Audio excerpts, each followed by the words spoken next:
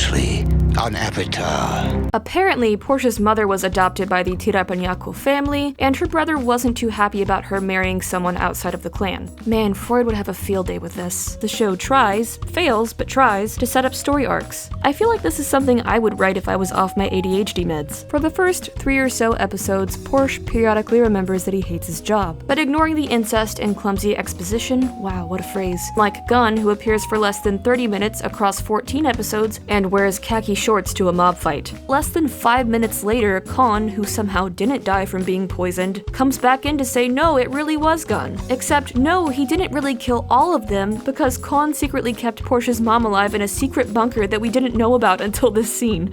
So it turns out that writing and recording a 40-minute critique of a controversial TV series is pretty emotionally exhausting. Who would have thought? In all seriousness, I am taking a tiny break from releasing long-form content. I'd love to post more often, but I run this channel while attending school and working 2 part-time jobs. If I don't take hiatuses here and there, I'll burn out completely. Still, I'd really like to keep this channel active, so I thought I'd write something short and sweet while I do damage control on my last video. I initially planned on analyzing my school president, but I couldn't stretch the word count without overanalyzing. It's a fantastic show, but it's pretty straightforward, all things considered. So in place of a formal analysis, here's a completely subjective ranking of all my favorite songs from the show.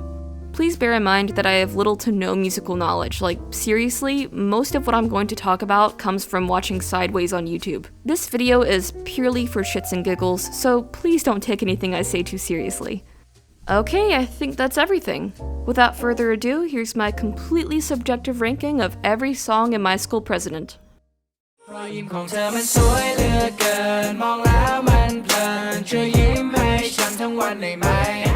Okay, listen, I understand if you like Smile Please, it's like a cute TikTok dance song, but it reminds me a little too much of 2015 Jacob Sartorius for my liking. The excessive autotune is definitely a stylistic choice, but it just completely ruins the song for me. Everyone sounds super tinny, like the producers maxed out the high-pass filter or something. For what it's worth, Ford sounds okay. He's got a naturally fuller voice, and it kind of cuts through the whiny ensemble.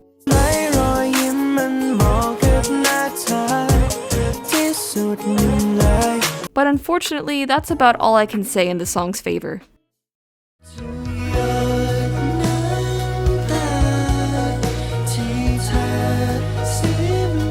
Healing has a sweet message, I'll give it that, but the instrumental completely overpowers the vocals in some parts, which is a real shame because Gemini's voice is tailor-made for soft ballads. But again, I almost blew up my speakers trying to hear him over the obnoxious guitar riffs.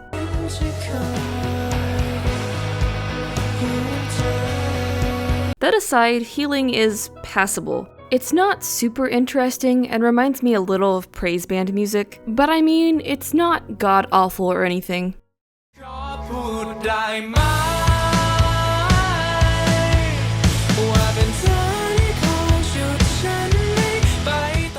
I feel like this song is what would happen if you crossed a mid-2000s Christian rock song with a sports anime opening. That's all I'm saying.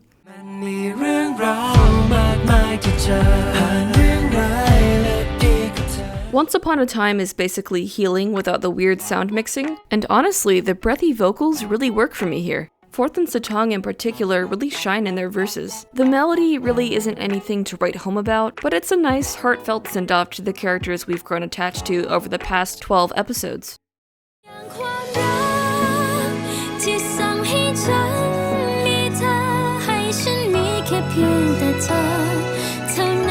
I honestly can't think of another BL that dedicates an entire song to showing a mother's love and dedication. It's refreshing, really. Similar to Healing, the melody isn't anything groundbreaking, but its heartfelt message earned it a spot in my top 10.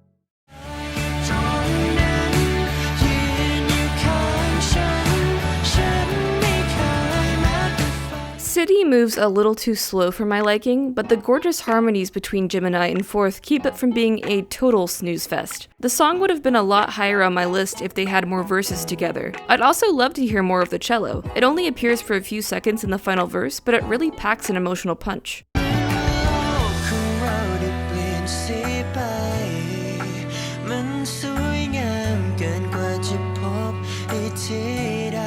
As for the rest of the song, well, it feels a bit lethargic compared to the other ballads on this list.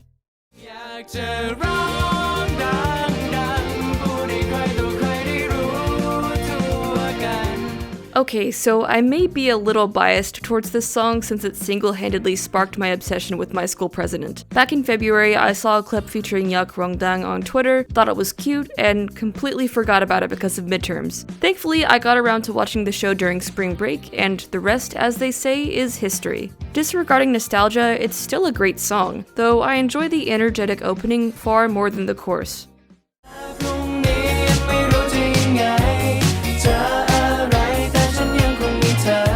I'm usually tired of opening songs by episode 2, but not so with You've Got My Back. I just adore how playful Fourth sounds here. You can almost hear him smiling in the studio, and that joy is infectious. But Winnie ultimately steals the show with his ad-libs. I've had this bit stuck in my head for 3 months now. You've got my back.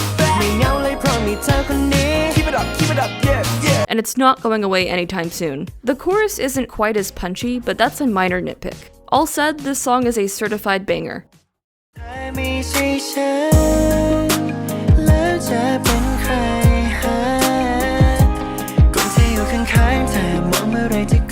I'm really glad they let Satang sing in a 90s-inspired R&B track. His airy vocals pair beautifully with the heavy synthesizers, and thankfully the song is mixed so that one element doesn't overpower another. I also really like Satang's rap singing on the second verse. I sure wasn't expecting it, but the sudden tempo change really livens the melody. Certified banger, no notes.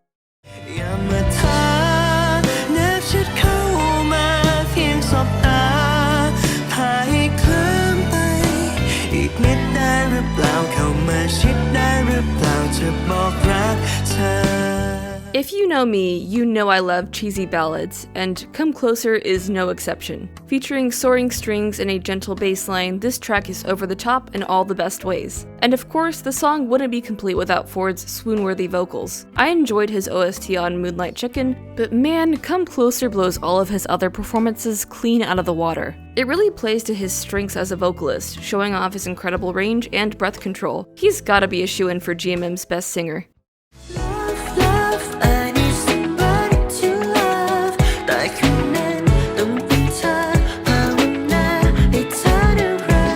So, GMM, let me level with you for a second.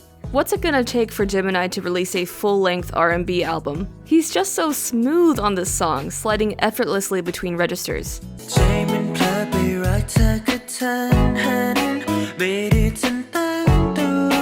Like butter.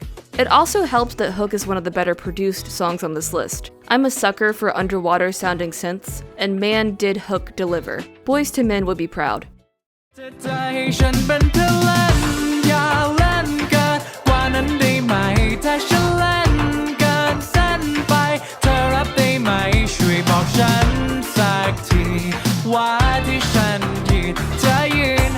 Just Being Friendly is just so damn fun. I really prefer a cover arrangement over the original, but this one is a special exception. Tilly Bird's original song certainly has its charm, but the instrumental is a bit sparse. Shinzella's version ups the tempo and adds 80s-inspired synths, resulting in a fuller, more dynamic sound. You can tell the members had a great time in the studio, and that joy really lends itself to the song's infinite replay value. I myself have listened to Just Being Friendly a concerning amount of times. I'm fine, don't worry about it.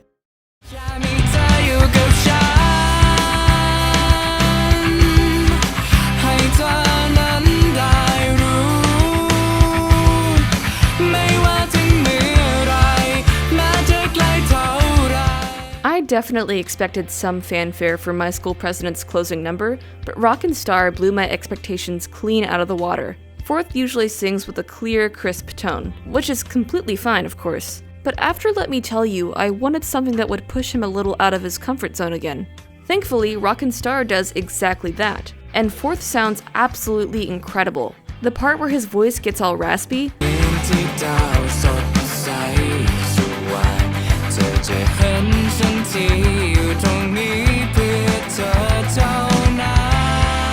instant earworm. I will personally see to it that he gets more songs that cater to his lower register.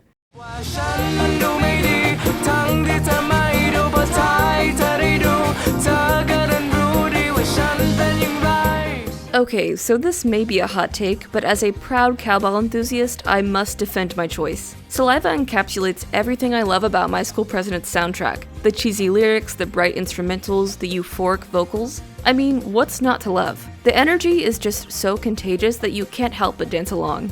In a way, it kind of reminds me of those encore performances in Disney Channel movies.